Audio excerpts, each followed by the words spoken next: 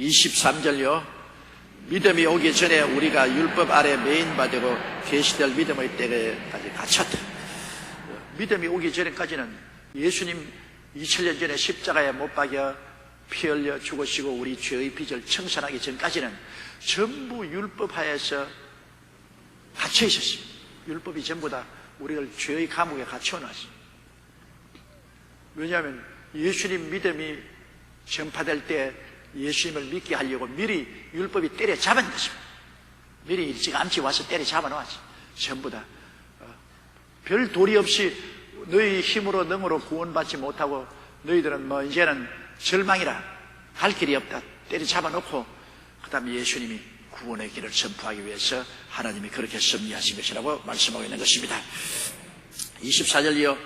이같이 율법이 우리를 그리스도에게로 인도하는 몽합선생이 되어 우리에게 믿음으로 말미암아 의롭다 하심을 얻게 하려 하심이라. 몽합선생, 옛날에 우리 한국에서는 부잣집에서는 자식들을 수당에 가서 공부시키는데 벌써 4살, 5살 될 때부터 수당에 보내요.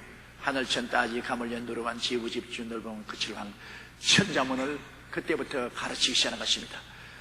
그런데 이제 양반집 자식들, 선비의 자식들이 일찌감치부터 수당에 가서 앉아가지고서 선생님에게 매를 맞아가면서 공부하는 게 참 안 좋거든요. 괴롭거든요. 자기 친구들 상민들의 애들은 세기도 차고 연도 날리고 숨바꼭질도 하고 노니 너무나 그것이 하고 싶거든.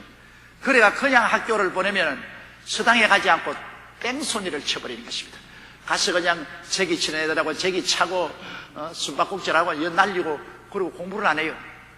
그래서 주인이 종을 시켜가지고서 머슴을 시켜서 어린아이 때는 4살 5살 되기는 업고 수당에 데려가게 하고 나이가 6, 7살 되면 손으로 잡고서 수당에 가도록 만들어집니다. 그 종을 뭐라고 하냐면 몽합선생이라 그럽니다. 어린아이의 선생이라. 이 몽합선생이 업고 가든지 손으로 잡고 안 가면 얘들 옆으로 쇠버리니까 몽합선생입니다. 그래서 이 몽합선생에게는 상당히 권세를 주인이 줘서 말 안 듣거든 때려도 좋다. 말 안 들으면 때리고 기합을 넣어도 좋다고. 그래서 몽합선생 말 안 듣다가 뺨도 얻어맞고 엉덩이도 얻어맞고 그러면서 수당에 가요. 그런데 이 몽합선생은 뭐 가르치냐? 가르치는 것은 없어요. 오직 수당으로 데리고 가는 역할을 하지. 가르치는 것은 수당의 선생님이 하는 것입니다. 율법이 뭐냐? 몽합선생이라고 말했습니다. 우리를 수당으로 데리고 간다. 안 그러면 안 가려고 자꾸 빼니까, 예수 안 믿으려고 자꾸 도망치니까 율법이 몽합선생이 되어서 우리를 업고 잡고 협박하고 공갈해서 수당 선생님 내려가는데 수당 선생님이 누구냐? 예수님이신 것입니다. 율법은 몽합선생으로 우리를 몰아서 수당 선생님에게로 데려가고 수당에 가면 예수님께서 우리에게 구원의 도리를 가르쳐 주어서 영생을 얻고 구원을 받게 만들어 주신다는 것입니다. 25절요. 믿음이 온 후로는 우리가 몽합선생 아래 있지 아니하로다. 이제 예수를 믿고 구원을 받고 난 다음에는 선생이 필요 없잖아요. 이 몽합선생이 강제로 데리고 수당에 데려갔다가 이제 나중에 수당에 딱 취미가 들어서 선생님의 말씀을 재미있게 듣고 배우게 되면 이제는 아유 몽합선생 나를 데리고 다닐 필요 없다. 내가 수당에 가는 것이 너무나 재미가 있다. 나 필요 없다. 자기가 수당에 취미를 붙이고 공부를 하게 되면 이제 몽합선생이 필요 없어요. 우리가 예수를 믿고 은혜를 받게 되면 율법이 필요 없어요. 이제는 율법이 우리를 협박하고 공갈해서 예수교로 나가라고 안 해도 우리가 좋다고 얼씨구나 나가게 되는 것입니다. 예수 믿는 게 얼마나 좋아요. 우리 텅 빈 가슴 속에 예수님이 들어와서 주인이 되면은 여러분 얼마나 좋습니까? 성경에 보면 주인 없는 집을 뭐라고 말했습니까? 우리 사람은 다 집으로 만들어졌어요. 우리는 하나님이 거하시든지 마귀가 있든지 거할 집입니다. 인간은 집으로 지어졌어요. 그런데 성경에 보면은 이 집에 귀신이 한 놈 딱 주인으로 들어앉아있어요. 타락한 사람은 다 태어날 때부터 벌써 죄인이기 때문에 귀신이 들어앉는 것입니다. 그런데 그 주인이 귀신이 들어앉는데 우리는 그 집 종이 아닙니까? 종은 주인을 섬기는데 종이 열심히 주인을 섬기다가 조국이 가만히 있었는데 나는 이게 도저히 귀신 섬기고 있을 수 없으니 이걸 물리쳐야 되겠다. 자기가 노력을 하고 아주 거역을 해서 수양과 도덕을 닦고 해서 귀신을 물리쳤어요. 귀신을 쫓아냈어요. 집을 깨끗이 소지했습니다. 마음으로 이제 술 먹던 건 안 먹고 담배 피던 건 안 피우고 방탕을 안 하고 올바르게 딱 마음을 작정해서 그 마귀의 주인을 쫓아내고 있는데 마귀가 쫓겨나가서 재미가 없거든. 물 없는 곳으로 돌아다니며 괴로우니까 가만 와서 보니까 집이 비었는데 주인이 없거든. 그러니까 이제 들어가야겠다. 내가 저놈보다 약해서 쫓겨나왔는데 이번엔 7 귀신을 데리고 7 놈을 데리고 들어가니 뭐 도저히 막을 수가 없으니까 7 귀신이 들어와서 주인으로 점령을 하니 이제는 그 나중 형편이 전보다 훨씬 나빠져서 난장판이 된 것입니다. 세상에서 아무리 수양과 도덕을 닦고 고행을 하고 해서 몸과 마음을 깨끗하게 해서 마귀를 내어 쫓는다 하더라도 주인이 없는 빈집으로 있으면 소재해놔도 소용이 없어요. 이 주인은 누가 들어와야 됩니까? 예수님이 주인으로 들어와야 되는 것입니다. 예수님 하늘과 땅과 세계와 그 가운데 모든 것을 지으신 예수님이 우리의 주인으로 딱 들어와 앉아 계시면 사탄이 왔다가 7길로 도망을 치지. 어디에 감히 사탄이 예수 그리스도 앞에 나옵니까? 예수께서 십자가에서 사탄을 심판하시고 정사와 권세를 다 뺏어버렸는데 예수님이 마음의 주인으로 들어오고 우리는 예수님을 섬기는 종으로 살아야 되는 것입니다. 우리는 섬기는 종이지 주인이 안 됩니다. 내가 주인 되려고 하면 안 돼요. 많은 예수 믿는 사람들이 예수님과 동등한 공동 주인이 되려고 하는데 공동 주인 안 돼요. 주님이 집주인이고 우리는 집이에요. 우리는 오직 주님을 섬기는 종인데 주님과 공동 주인 되려고 금방지게 날뛰다가 낭패와 실망을 당하지 않습니다. 나와 세상은 강고롭고 구수한 주만 보이도다. 하늘과 땅과 세계와 그 가운데 모든 것을 지으시고 우리를 위해서 죽었다가 부활하신 전지전능무소부지하신 예수님만이 우리의 주가 되시고 주인이 되시는 것입니다. 예수님을 내 마음의 주인으로 모셨으면 자나 깨나 예수님께 집중해야 되는 것입니다. 자나 깨나 예수님을 예배하고 찬미하고 감사하며 예수 그리스도를 모시고 살아야 됩니다. 우리는 혼자 사는 사람 아닙니다. 어른을 모시고 삽니다. 예수 그리스도가 우리 주인이요 우리 어른이요 예수님 모시고 사는 것이 우리들인 것입니다. 우리가 밥을 먹어도 예수님 모시고 우리가 잠을 자도 예수님 모시고 우리가 직장을 구해도 예수님 모시고 사업을 해도 예수님 모시고 어른을 모시고 우리가 이 세상을 살게 되는 것입니다. 그래서 시편 127편에 야훼께서 집을 세우지 아니하면 세우는 자의 수고가 헛되다. 하나님 모시지 않고 집을 짓고 인생의 집을 지어도 다 헛일이 된다. 하나님 모시고 주인 없이 하면 야훼께서 성을 지키지 않으면 80군의 경시하며 한 자로다. 예수님이 주인이 되어서 우리의 인생의 성을 지켜주시고 삶을 지켜주셔야지 예수님 없이 인간으로서 자기 인생을 지키려는 것은 나중에 창수가 나고 홍수가 나면 다 무너지고 마는 것입니다. 주인인 예수님을 마음속에 꼭 모시고 주인을 모시고 사는 여러분 되시기를 주의 이름으로 축원합니다. 예수님이 주인으로 오시면 얼마나 예수님은 사랑의 주인, 은혜의 주인, 축복의 주인, 평안의 주인, 화평의 주인. 예수님이 오시면 의와 평강과 희락이 마음속에 충만하고 믿음, 소망, 사랑이 넘쳐나니 예수님 주인 얼마나 좋습니까? 그러므로 예수 믿는 것보다 큰 복이 없이 우리의 인생을 살면서 진실한 삶의 의미와 목적과 가치도 내 속에 계신 예수님이시고 참된 평화와 화평과 기쁨도 예수님이시고 행복은 예수께로 말미암아 오는 것이지 예수님 떠나서 행복은 절대로 다가오지 않습니다.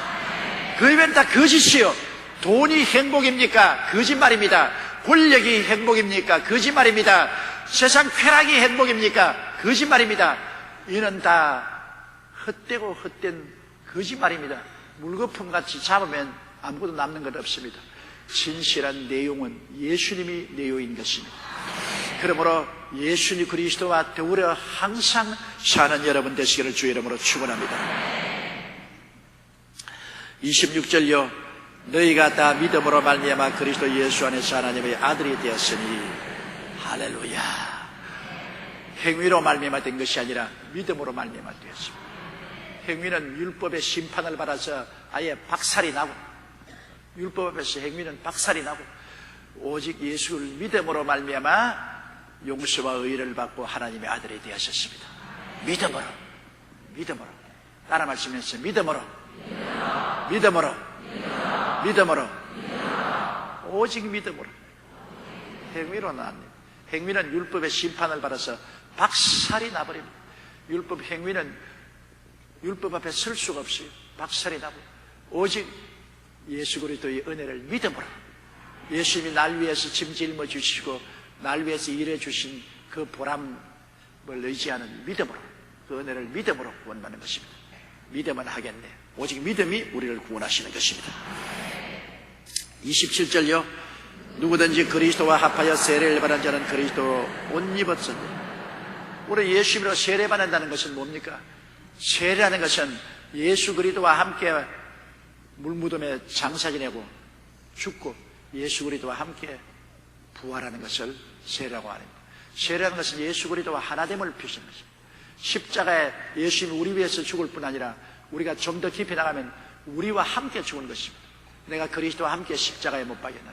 그러므로 예수 그리스도와 함께 죽고 함께 장사 지낸 바 되고 함께 부활한 것을 우리에게 체험시키기 위해서 우리가 물무덤에 들어가서 장사 지내고 물무덤에서 그리스도 이름으로 부활하는 것을 말하는 것입니다. 원래 세례라는 것은 여러분 침례가 원래 세례입니다. 물에 가서 그리스도와 함께 물무덤에 장사 지내버리고 그 다음에 그리스도 안에서 부활하는데 요사이는 그것이 약식이 되어가지고서 물을 떠서 이마에 이렇게 성부와 성자와 성령으로 칠하는 것인데 이것은 약식 세례입니다. 약식 세례를 언제부터 하기 시작하면 병자는 물에 세례받으러 들어가지 못하잖아요. 병들어 있는 사람이니까. 그때는 가서 침상에서 약식 세례를 베풀었습니다. 또 그리고 저 사막에 있는 사람들은 물이 없어요. 들어가서 침례받을 물이 없어요. 그러므로 물을 그릇에 담아서 약식으로 세례 베풀었습니다. 그렇지만 물이 있는 곳에서는 정식으로 세례받아야 되는 것입니다. 정식으로 물무덤에 들어가서 장례 지내버리고 무덤에서 예수 그리스도로 말미암아 부활한 침례를 받아야 되는 것입니다.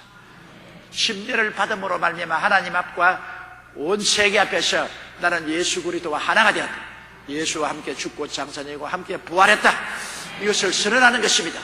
세례라는 것은 굉장히 중요합니다. 예수를 믿음으로 말미암아 세례 안 받아도 구원 얻지 않아요. 그럽니다. 우편 강도는 세례 안 받아도 주님의 나라에 임할 때 나를 기억하소서 하니까 예수님이 오늘날에는 나와 함께 낙원에 그는 십자가에 못 박여 있기 때문에 내려가서 세례 받을 여가가 없어요. 지금 죽어가니까. 믿음으로 구원받았지만은 우리가 믿음으로 구원을 받은 사람은 주님이 세례를 받으라고 명령하셨기 때문에 세례를 받아야 되는 것입니다. 세례를 받음으로 내 마음속에 한 신앙의 획이 꺼지는 것입니다. 전에는 왔다 갔다 했는데 세례 받음으로 말미암아 단호하게 성령께서 우리에게 획을 꺼주는 것입니다. 이제는 예수 그리스도와 함께 죽고 장사내고 그리스도와 함께 부활해서 이제 예수 그리스도로 옷 입은 사람이 되었습니다. 이제는 예수 사람이 되고 말았어요.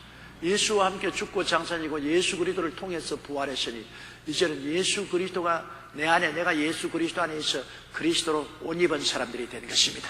여러분 예수를 믿고 세례를 받은 사람은 모두 다 예수님이 여러분 안에 계시고 여러분이 예수님 안에 있고 그리스도로 옷 입은 사람들이 되는 것입니다. 예수님이 구만리 장천 멀리 있다고 생각하면 절대로 안 됩니다.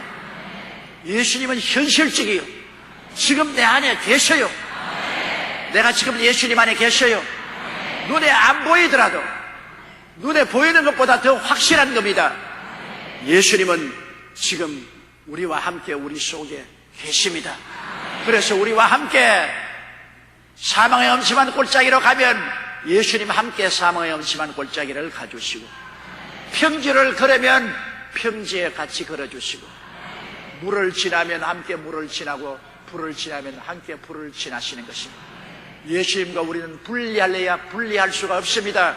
그리스도와 함께 계셔서 주님은 그 손에 지팡이와 막대기를 가지고 우리를 건지시고 우리를 보호하여 주시는 것입니다. 목자는 지팡이와 막대기 없는 목자는 목자가 아닙니다. 양무리를 치는데 지팡이와 막대기가 있어야지요. 지팡이는 건져주고 막대기는 보호해주는 것입니다. 예수님은 우리의 목자로서 그 손에 지팡이를 들고 막대기를 들고 우리를 어려움에서 건져내 주시고 우리 원수를 막대기로 쳐서 보호해 주시는 역할을 하시기 위해서 여러분과 항상 같이 계신 것입니다. 여러분 속에 주님이 집을 삼고 같이 계시고, 가정에 계시고, 직장에 계시고, 여러분의 일생을 통해서 예수 그리스도와 같이 계십니다. 여러분 옷을 입고 있으면 옷이 여러분과 하나가 되어 있잖아요. 옷이 하나가 되어 있습니다. 예수를 옷 입듯이 입고 있으니까 예수님이 여러분과 하나가 되어 있죠. 그러므로 얼마나 고마운지 몰라요. 우리가 예수 그리스도를 믿는 사람은 결코 외롭지 않고 고독하지 않습니다. 주님께서 내가 결코 너를 버리지 아니하고 너를 떠나지 아니하리라. 볼지어다 세상 끝날까지 내가 항상 너와 함께 있으리니 전지전능하신 예수님이 여러분과 함께 계시므로 두려워 말고 놀라지 말고 전적으로 예수님을 믿으십시오. 살아도 예수님 안에서 살고 죽어도 예수님 안에서 죽고 흥해도 예수님 안에서 흥하고 쇠해도 예수님 안에서 쇠하고 살아도 예수님 안에서 살고 죽어도 예수님 안에서 죽는다. 죽으면 내 안에 계신 예수님이 내 속사람 딱 손잡고 가자. 이제 이 장막집 너무 낡았어요. 이제 더 있을 필요 없다. 내가 지은 집으로 가자. 주님이 데리고 가시니 살아도 예수님과 함께 살고 죽으면 예수님과 더 가차이 얼굴과 얼굴을 마주대가 바라보면서 그리스도의 손을 잡고 천국으로 들어가게 되는 것입니다. 28절요. 너희는 유대인이나 헬라인이나 종이나 자유자나 남자나 여자 없이 다 그리스도 안에서 하나이다. 야, 유대인도 그리고 헬라인도 종이도 종된 사람도 자유자도 남자도 여자도 예수 안에서는 다 하나로 구분이 없습니다. 예수님 안에서 옛사람은 죽고 새사람으로 거듭나서 모두 하나인 것입니다. 예수님 안에서 우리는 다 하나로 한결같이 새로운 피조물이 된 것입니다. 로만이라고 해서 특별한 사람 아닙니다. 헬라인이라고 특별한 사람입니다. 종이라고 해서 하늘나라에도 종이 되는 것이 아니고 자유인이라고 해서 더 자기의 자유인이 되는 거 아닙니다. 예수 안에서는 모두 다 그리스도를 말미암아 구원을 얻어 흑암의 권세에서 건져내서 사람의 아들 나라로 옮겨서 그리스도의 모습을 닮아 그리스도와 함께 살게 되는 것입니다. 남자도 여자도 성적 구별이 없습니다. 우리는 다 그리스도 안에서 한 하나님의 자녀로서 영원 무궁토록 주를 섬기면서 기가 막힌 즐거움을 가지고 살게 되는 것입니다. 장차 다가올 세상은 성도들의 행복과 즐거움을 위해서 지어놓은 세상입니다. 일하고 땀 흘리는 것이 없어요. 이 세상은 저주받은 곳이기 때문에 이마에 땀을 흘리고 수고하고 무거운 짐을 짊어지고 내가 일을 하면서 살기 때문에 눈물과 고통과 괴로움이 끊임없지만은 하늘나라에는 일이 없어요. 짐이 없어요. 짊어지고 갈 짐도 없고 우리가 해야 될, 그래서 먹고 살아야 될 일도 없어요. 주님이 다 이루어 놓으신 것입니다. 내가 다 이루어 놓았다. 그곳에서는 주님이 예비한 것을 100% 즐기며 사는 것입니다. 자고 나도 즐기고 깨고 나도 즐기고 세월이 지나가도 즐기고 억금년이 지나가도 즐기고 피곤치 않습니다. 아무리 뛰어다니고 등산을 하고 다른 박질해도 피곤한 게 없습니다. 그리고 곤비함이 없습니다. 마음에 염려, 근심, 불안, 초조, 절망, 슬픔이 있어 마음이 우울하고 곤비하게 되고 살 희망이 없으면 곤비가 없습니다. 마음이 항상 새로워지는 것입니다. 새 힘을 얻어 독수리가 날개치며 올라가는 것 같은 신바람 나게 사는 것이 천국입니다. 그러니 여러분 한번 생각해 보십시오. 내가 이렇게 설명해도 천국의 만분지 1도 표현 못한 것입니다. 아예 바울 선생은 이야기 안 하겠다 그랬습니다. 이야기하면은 서투르게 이야기해서 천국을 설명 못하기 때문에 내가 셋째 하늘에 올라가 보았는데 인간의 말로서 말할 수 없다고 그랬습니다. 말로서 표현하려니까 오히려 더 잘못 표현할까 싶어서 바울 선생은 내가 말 못하겠다 그랬습니다. 바울은 말 못하겠는데 나는 말 좀 했어요. 이 아름다운 천국을 놓치면 인생을 헛살한 것입니다. 지옥에 내려가면 얼마나 고통스럽겠습니까? 희망이 없는 곳, 영원히 불타는 곳, 영원히 불타는 곳. 여러분 성면 보십시오. 성면은 불에 넣으면요 스스로가 불이 타는 게 아니라 불이 성면 속에 들어가서 성명이 불덩어리가 됩니다. 불덩어리가 되지만 성명은 타지 않습니다. 타지 않으면서 불이 속에 들어가서 불덩어리가 돼요. 우리 영혼은 지옥에 들어가면 타지 않습니다. 불이 영혼 속에 들어와서 불덩어리가 돼요. 세세 뭉토록 불덩어리가 되어서 고통을 하면서도 안 죽어요. 안 죽고 불덩어리가 되는 것이 성면하고 한 가지입니다. 차라리 죽어버리면 좋죠. 그 얼마나 잡입니까? 그 고통이 없어지고 그냥 죽어 없어지면 얼마나 잡이겠습니까? 그러나 영혼은 죽지를 않아요. 영원히 불길 속에 발부둥 치고 있어야 되니 차라리 안 태어나면 좋죠. 그래서 예수님은 가룟 유다를 보고 유다야 차라리 안 태어났으면 좋을 뻔당했다고 말했습니다. 안 태어났으면 좋을 뻔당했다. 하나님은 인생에게 정말 좋게 하기 위해서 하나님의 형상과 모양대로 지어받게 했습니다. 하나님이 영이시니까 우리는 영으로 지어받았습니다. 이건 하나님이 우리에게 영원히 살게 하기 위해서, 짐승들은 육혼만 가지고 죽으면 없어지지 않고 영원히 살게 하기 위해서 우리 영혼을 만들어 주었는데, 이것이 오히려 안 믿는 사람은 큰 화가 되었습니다. 차라리 육혼만 가지고 이 땅에 살다가 죽어서 없어져 버리면 모르겠는데, 영혼을 가진 사람은 죽지 않기 때문에, 구원받은 사람은 너무나 영광스럽게 하나님과 더불어 영생 복락을 누리지만은, 구원을 못 받은 사람은 영원히 죽을 수가 없이 지옥에서 불타야 되는 것입니다. 그러므로 인간은 극치의 기쁨을 누리는 존재가 될 수도 있고 극도의 절망에 처할 인간이 될 수 있는 양극을 가지고 있는 것입니다. 그러므로 우리가 예수를 전도하는 것이 얼마나 화급한지 몰라요. 믿으면 구원 얻고 믿지 않으면 지옥 가는데요. 그러니 어찌한지 구원해야죠. 어찌한지 믿든지 안 믿든지 구원해야죠. 교회 교인 수가 많아지고 적어지고 그건 문제가 아닙니다. 뭐 교회 교인 수 모아가지고서 사업하려는 겁니까? 하늘나라는 사업하는 것이 아닙니다. 이거는 구원하는 것입니다. 어떠한 사람이 저보고 자꾸 대교회주의자고 욕을 하는데, 큰 교회 세웠 교회당 크게 짓고 대교회주의. 저는 교회 사업하려고 큰 교회 지은 건 아닙니다. 영혼 구원받아서 자꾸 수가 들어오니까 수용하려고 크게 지었지, 대교회주의를 해본 적이 없어요. 대교회주의한다고 교인들이 모여오나요? 나 대교회주의 하니까 오시오! 그래가 그냥 다 모여온다면 한국의 교회, 앙클교회 누가 있겠습니까? 대교회주의 한다고 오지 않습니다. 말씀을 듣고 영혼 구원이 되어서 숫자가 자꾸 늘어가니까 수용하려니까 교회가 커졌죠. 교인이 적어지면 교회 또 큰 교회 가질 수 없이 교회를 적게 할 수 있죠. 대교회주의라고 한다고 해서 교회가 되는 것이 아니라 영혼을 많이 구원하면 교회가 커지는 것입니다. 우리가 중요한 것은 그 사람 교회가 얼마나 크냐 적으냐 그런 자랑하지 말고 얼마나 많은 영혼을 구원하느냐, 그것이 문제인 것입니다. 얼마나 많은 영혼에게 전도하고 얼마나 많은 영혼을 불길 가운데서 끄집어내느냐, 이게 하나님 앞에 중요한 것입니다.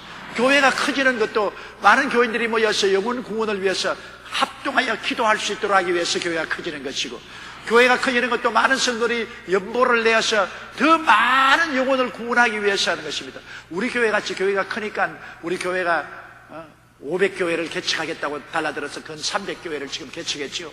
나중에 필요하면 5000교회도 개척하려는 것은 돈 없으면 개척도 못해요. 그러니까 교회가 커지니까 교인들이 헌금 모아서 개척교회하고 온 세계 600명의 선교사를 내보내서 선교사들이 일을 하고, 그리고 사회에 봉헌하기 위해서 엘림갓 복지동산같이 청소년들 교육시키고 노인들 돌보고, 그리고 국민일보같이 문화선교를 통해서 매일매일 같이 기독교의 복음을 심고 온 한국 전체 구석구석마다 달리게 하는 이러한 일들은 교회가 크니까 그런 유익이 있어요. 그러나 교회는 사업하는 것이 아닙니다. 그렇기 때문에 내가 이런 사업하기 위해서 교회를 키우겠다, 그런다 교회 커지는 거 아닙니다. 하나님이 영혼 구원을 많이 해주어서 교회가 커지면 그 교회는 그 힘을 가지고 더 많이 영혼 구원을 하기 위해서 사회 다방면으로 진격해 나가야만 되는 것입니다.